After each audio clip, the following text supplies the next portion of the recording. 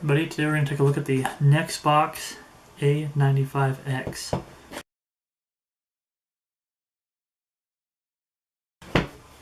This is an Android TV box. It does handle 4K. It does have Wi-Fi, and they are sporting the 4-core 64-bit CPU and I believe a 5-core GPU for this particular model. This one is I believe a 1 gig of RAM, 8 gig internal storage. As you can see, it is a very, very small box, so it can easily go just about anywhere, fit anywhere. Very nice, very stylish. I'm going to go ahead and go across the back and show you the different things. We do have an SPDIF port, as well as a network port, so you can use this one wired or wireless, an AV port, your HDMI, and then your power port. This particular unit does have 2 USB ports, as well as a micro SD card slot. Then on the other sides, it is completely clean. We do have a little bit of venting on the bottom, so you'll definitely want to make sure that you do put this in a way that you can get sufficient airflow to it. But it is a very small, handheld smart TV box, which is really, really quite neat. Setting that aside, we'll go ahead and go a little bit deeper into the packaging. Again, there's not going to be a whole lot to show until we get this hooked up, and then I'll show you just how it works, navigation and whatnot. We'll go ahead and set this aside. They did provide an HDMI cord for it, which is really quite nice. And just to give you a comparison, again, on the size of this box, it's actually smaller than the cord. It's almost as small as the power brick, and it's definitely smaller than the remote. A lot of these TV boxes have a very basic remote. I'm quite excited about this particular one because it does have a little bit of extra features to it. It's a very lightweight, fairly comfortable remote, though. It does have some programmable buttons on it. You do have your directional pad. I believe you can use this one as an air mouse, or at least a mouse where you can control it with the directional pad. And it does have a dedicated Kodi button, which, again, for this being a smart TV box, that's quite nice. Makes it really, really quite easy to get where you're going. The layout is pretty decent.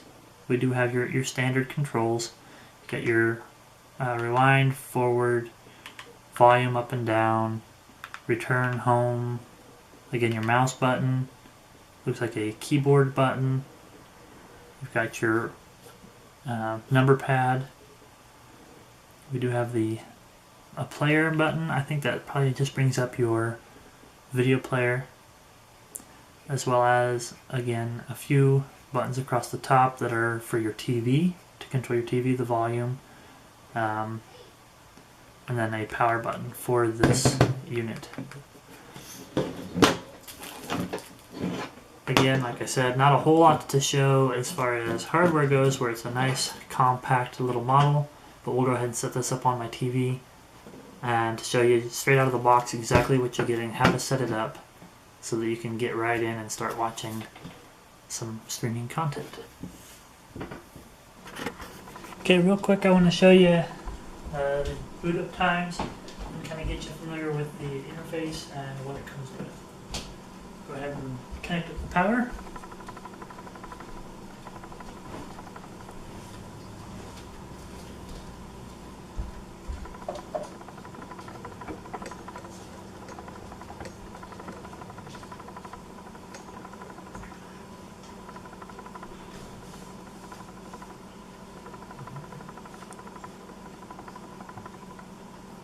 As with most Android devices, you can see it does take a little bit of time to boot up, but it comes up really quick to a very nice, fairly pleasing design.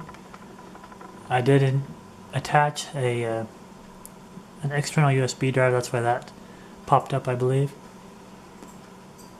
And then we have very quick and easy access to lots of different items. One thing I did want to mention is this is running Android 6, so we do have full access to the Google Play Store.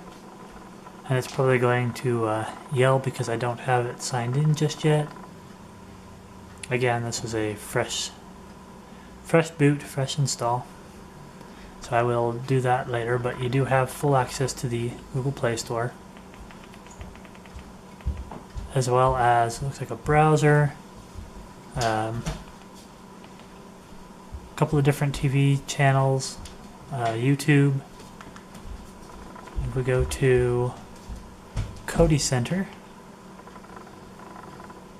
this is one that comes bundled with this particular box that I'm not entirely sure what this is.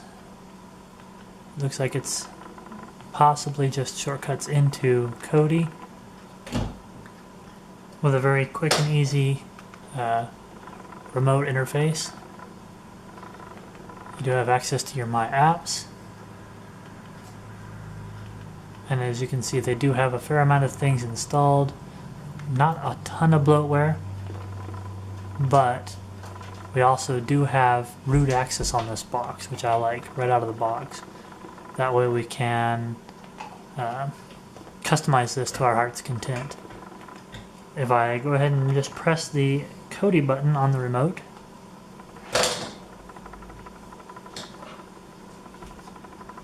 fires right up into Kodi. It is skinned a little different. But if we go into System Info, you can see that we are running on Kodi 16.1,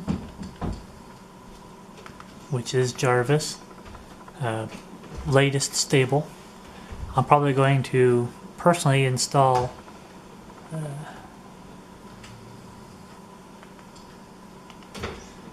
personally going to install 17 here soon. As you can see, it does come with the really nice add-on installer from Fusion. Makes it very quick and easy to get to your different add-ons installed. Very nice, clean out of the box experience. As you can see, they do have a few music add-ons installed. It's very responsive. Probably what you're most interested in are the video add-ons that they have pre-installed. One Channel is a really good one. Exodus is a really good one. Personally, I like Salts, but that's really quick and easy to get into as well. Looks like they did, by default, disable weather, which again, this is a vanilla base install of Kodi with some add-ons and things installed on top of that, so you can still customize this to your liking. Just to show you how quick and easy it is to add on or install an add-on, we'll go to Add-on Installer. And again, this is first boot. I haven't set anything up myself. Go to Featured Add-ons. As you can see, it's very responsive. They load up really quick. And I'm going to go ahead and install Salt, because that's one that I like.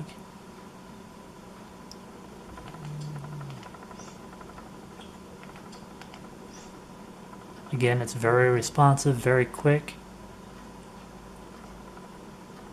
I personally quite like the darker theme, but you can go in and change that. So now we have Salts installed. And if we go back now to videos, you'll see that stream all the sources or assaults is right there and available. To go ahead and watch a show, we'll go ahead and go to Exodus. This is just our change log. It'll only show up the first time because we, again, this is our first start. Go ahead and go to movies.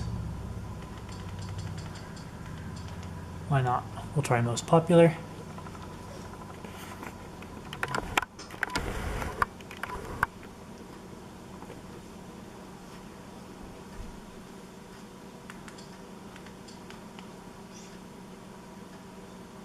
And it's not finding anything. Looking over this real quick, I did see one thing that would cause that problem. I'll show you real quick how to fix that. The problem that we're having with that, let me go ahead and close Kodi, is that we need to fix the clock, I believe.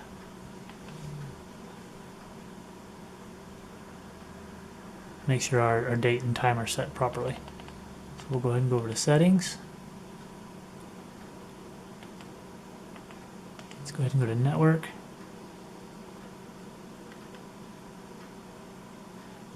We are on the Wi-Fi, so that's okay. Let's see. As you can see, their settings and preferences are all set up really nice. It's a very slick interface.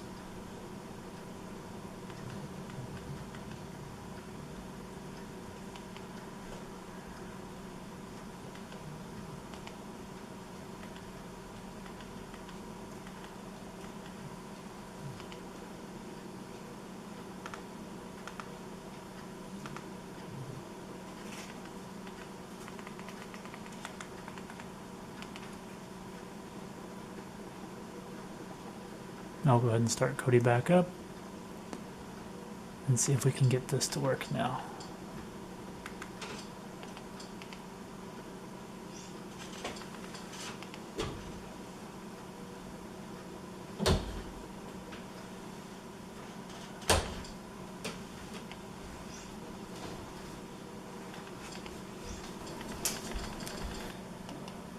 But just to kind of give you an idea of the range of movies, TV, media, things like that you can watch.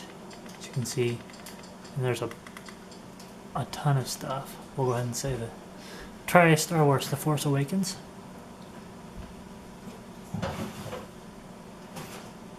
What it's doing now is it's aggregating through a bunch of feeds, trying to find different sources for us to watch it from.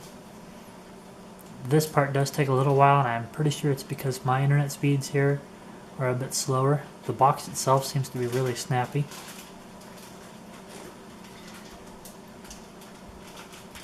And then what it does is it comes up with all those feeds that it found and gives you the option to pick which one you want to watch. And a lot of them have the video quality. As you can see, there's a bunch that are HD, 1080p at the top. And the farther down you go, the lower quality the stream is. Go ahead and pick one at random.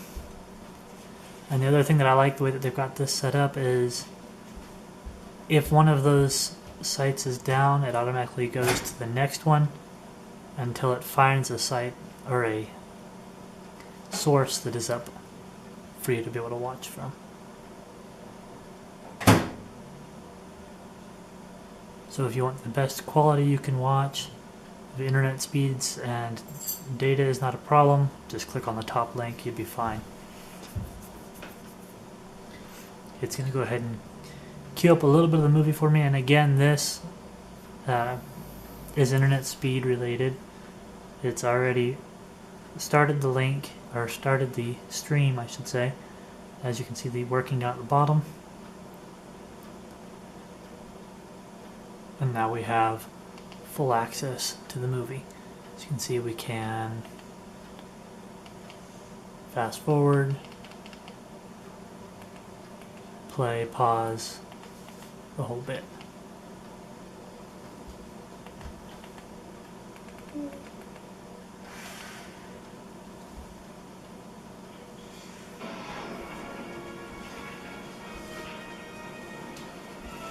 And again, depending on your internet,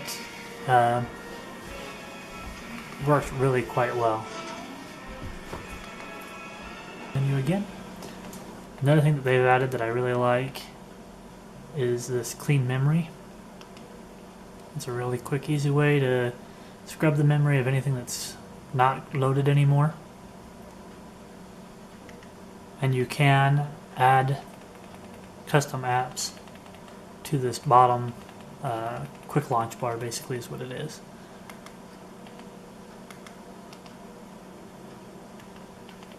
Again, really, really snappy. Very nice. Very well done. Very well laid out. On all, a great Android TV box.